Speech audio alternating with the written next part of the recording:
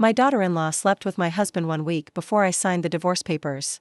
And when I found out, I served tea in midnight room as if my whole life were not breaking apart. The afternoon light came through the lace curtains of my home in Guadalajara, soft and golden. I had taken out the good china, the set my mother only used for baptisms, engagements, and important funerals. I made cornbread, cucumber sandwiches, and spiced coffee because Lucia, Ambersalda's sister, had asked to see me alone. Her voice on the phone sounded tight, as if she had a stone stuck in her throat. When she arrived, her face was pale, her eyes were swollen, and she held her purse against her chest. "Mrs. Nadia, please forgive me for coming like this." "Come in, sweetheart. Sit down. You are scaring me." Lucia did not touch the food. She stared at her hands and started crying without making a sound. "It's about Amber and Mr. Damien. My husband. My Damien. 42 years of marriage. The father of me only son, Mateo. The man I had planted bougainvillea with, buried my parents beside, and celebrated every Christmas within that house. What happened with them?" Lucia lifted her face. "They are together. As lovers. I saw them at a cafe near his office. They were kissing. Amber confessed it to me afterward. And that is not all. She said that once you signed the divorce, Damien would keep the house, and she would finally live the life she deserved." I felt the dining room tilt beneath me, but I did not scream. I did not faint. At 64, a woman learns that the most dangerous pain is the kind that makes no noise. Does Mateo know? No. And I am terrified to tell him. He truly loves her. Mateo, my 35-year-old son, was kind to a fault, hardworking, trusting, and painfully loyal. He had married Amber believing he had found a sweet woman. I had believed it too. I welcomed her with open arms. I loaned her family jewelry for her wedding. I taught her my recipes. I called her daughter. Lucia swallowed hard. Amber said she married Mateo to get into the family. She said Damien was the real prize. She said you were old, and that soon you would sign everything away because you were tired. I looked out the window. The red roses in the garden were wide open and beautiful, as if there were no poison beneath the soil. "Thank you for telling me the truth. What are you going to do?" I sat back down and poured her coffee with steady hands. "Nothing." "Nothing?" "I am going to smile. I am going to pretend I do not know. I am going to let them believe they have already won." Lucia looked at me as if she no longer recognized me. "Mrs. Nadia. Sweetheart, some battles are not won by throwing plates. They are won by letting the enemy sign his own ruin." That night, Damien came home smelling like Amber's expensive perfume. I made his usual dinner, beef in its broth, warm tortillas, and roasted salsa. He barely looked at me. I had a lot off work. "Of course," I said. "You must be exhausted." While he ate, he checked his phone 6 times. He smiled at the screen with a face he had not given me in years. I watched him calmly. The way he lied. The hurry to escape to his study. The guilt he did not hide well enough. 3 days later, Amber came for Sunday lunch wearing a new dress and red lipstick. "Nadia, you look beautiful. You should go out more. Rebuild your life." "Do you think so?" "Of course, sometimes long marriages become just a habit. Maybe you and Damien deserve to be happy, separately." Her nerve almost made me laugh. My daughter-in-law, my husband's lover, was advising me to set him free. "I will think about it, dear." She smiled, believing I was a poor old woman being pushed toward the door. But Amber did not know that the house did not belong to Damien. It did not even belong to our marriage. It belonged to a trust from my grandfather, with an old clause hidden like dynamite beneath the floor. If my marriage ended because of adultery, the unfaithful spouse lost every right tied to the family assets. And I already had an appointment with attorney Patricia Cardenas. Patricia's office was in downtown Guadalajara, far from the club where Damien showed off to his friends. I told her everything, Lucia, Amber, the messages, the perfume, and the conversations I overheard after meals. Patricia did not gasp. She only took notes. "We need proof. Do not confront them. Do not warn them. Let them get comfortable." "That is exactly what I am doing." I handed her copies of my grandfather's trust. She read them and raised her eyebrows. "Your grandfather was a very smart man. This clause protects the house, the adjoining properties, and the investments that came from them. If we prove adultery, Damien touches nothing." For the first time in weeks, I could breathe. A few days later, Damien told me we should perhaps divorce with dignity. I pretended to be sad, but I agreed. He blinked, surprised that I did not beg. Amber started visiting more often, sweet as poison. "I can help you pack when the time comes." "How thoughtful of you." The meeting took place at the office of Ricardo Penin, friend of Damien's. Everything was marble, leather, and false smiles. Mateo was there too, pale and confused, believing his parents were ending peacefully. Amber stood beside him, both her eyes kept shining toward Damien. The lawyer placed a folder in front of me. Mrs. Nadia, this is a very fair agreement. You will receive a small apartment in Zapopan, part of one account, and a monthly allowance. Mr. Damien will keep the family home, the business, and the properties for administrative reasons. The family home? I asked softly. Damien took my hand as if he still had the right. Nadia, that house is too much for you. Too much maintenance. The apartment will be easier to manage. Manageable. As if I were an old suitcase. I read the document. They were taking almost everything from me. From me, who had cared for that house for 40 years. From me, who had welcomed the woman sleeping with my husband. From me, who they believed knew nothing. What if I signed today? Amber could not hide her excitement. Mateo leaned toward me. Mom, maybe you should have another lawyer review it. I smiled at him gently. Son, sometimes you have to know when to accept reality. Then I signed. One page, then another. Initials. Date.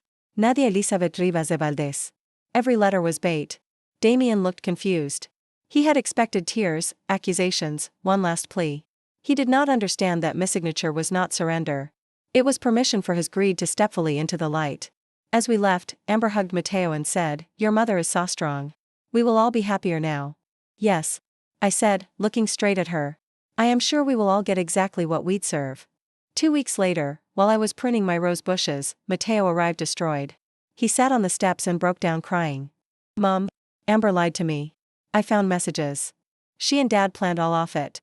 I sat beside him. Tell me. They laughed at you. At me. They said I was the doorway to the money. Then Lucia appeared with a folder in her hands. There is more, she said, trembling. Amber forged a life insurance policy in Nadia's name. She listed herself as the beneficiary. Mateo went white. I looked at the folder and understood that this was no longer just adultery. It was danger. The policy had my signature on it, but it was not mine. Amber had taken out insurance on my life 6 months earlier, using information she could only have taken from family documents. Patricia Cardenas confirmed it that same afternoon. This is identity fraud. And if she is the beneficiary, we must handle this very carefully. Mateo could not stop pacing in the living room. Did me wife want my mother dead? Lucia cried silently. I do not know how far she would have gone, she said. But I do know one thing. Our Aunt Elena died 2 years ago while Amber was caring for her. It was called a sudden heart attack. Afterward, Amber inherited her house. A cold feeling climbed up my back. Do the police know? I already spoke to a detective, Lucia said. They are going to review the case. I looked at my son. In 1 month, he had lost his wife, his father, and the innocence with which he saw the world. Mateo, listen to me. We're not going to scream. We are not going to chase them. We are going to hand everything over the right way. And Dad? Your father chose his place. Damien called me 63 days after I signed those papers. I was drinking coffee in the porch, watching the bougainvillea. What did you do, Nadia? He shouted as soon as I answered. My lawyer says there is a problem with the house. Something about a trust. Good morning, Damien. I am doing well, thank you. Do not play with me. I am not playing. I never played. That house belongs to my family line. You lived here as my husband, not as the owner. And because the marriage ended by adultery, you lose every right to it. He heard his breathing break. You knew. Before I signed. So you trapped me. No. You walked into it yourself, holding hands with your son's wife. I heard Amber's voice in the background, shrieking, asking about the house. Where am I supposed to live? Damien asked, all his pride gone. I almost felt sorry for him. Almost. With Amber, the two of you are so clever. I am sure you will find something. Then I hung up. An hour later, Damien arrived with Amber and a moving truck, as if he could still enter my home. Mateo and Lucia stepped into the garden. I watched from the window. This house is mine, Amber screamed. You already signed. Mateo spoke with a firmness I had never heard from him before. You are not coming in. Neither of you. You are an idiot, she spat at him. I married you because you were easy. Mateo turned pale, but he did not step back. And I am divorcing you because I finally opened my eyes. Amber tried to lunge at Lucia. You ruined everything. Lucia did not move. No, sister. I only turned on the light. Then I opened the window. Detective Salazar already has the forged policy, Amber. He is also reviewing the death of your Aunt Elena. All the color drained from Amber's face. Damien looked at her as if he finally understood who he had chosen. What did you do? He whispered. What I had to do to stop being poor, she said. But she did not sound powerful anymore. She sounded trapped. They left without unloading a single box. The following months brought slow justice, but firm justice. Amber was charged with fraud, identity forgery, and conspiracy. Later, when Aunt Elena's body was exhumed, they found impossible levels of heart medication in her system. The case became criminal. Damien had not been part of that death, but he was tied to the frauds, and he lost his reputation, his business, and the family he had despised. My divorce closed without him receiving the house, the properties, or the trust investments. The small apartment they had planned to give me as a consolation prize also stayed in my name. I decided to turn it into a temporary shelter for older women rebuilding their lives after divorce. Mateo took a long time to heal. No one gets over discovering that the woman he loved slept with his father in a single afternoon. But Lucia stayed close, not as a replacement. Not as some quick fantasy. She stayed as a clean, steady presence. They became friends, then companions in grief, and then something more. 1 year later, they asked my permission to marry in the garden of the house. I agreed. Not because life had become perfect, but because sometimes God allows a truth to be born from a betrayal. On Thanksgiving, I gathered the people who had stayed when everything went dark. Mateo, Lucia, Patricia, Detective Salazar, and the neighbors who testified for me. Before dinner, I raised my glass. This year, I lost a marriage of 42 years. But I recovered my name, my home, and my son. I learned that family is not always the people who share your blood or your last name. Family is the one who chooses to tell the truth when lying would be easier. Mateo hugged me. You taught me that being good does not mean being blind. Lucia took my hand. And you taught me that strength can speak quietly. That night, after everyone had left, I walked alone through the house. I touched the table where Lucia had confessed the truth. I touched the picture frame that still held my wedding photo. I touched the rosebush my grandmother had planted. Then I opened my jewelry box and looked at my wedding ring. I did not throw it away. I put it away. Not because I still loved Damien, but because 42 years cannot be erased by one betrayal. They must be closed with dignity.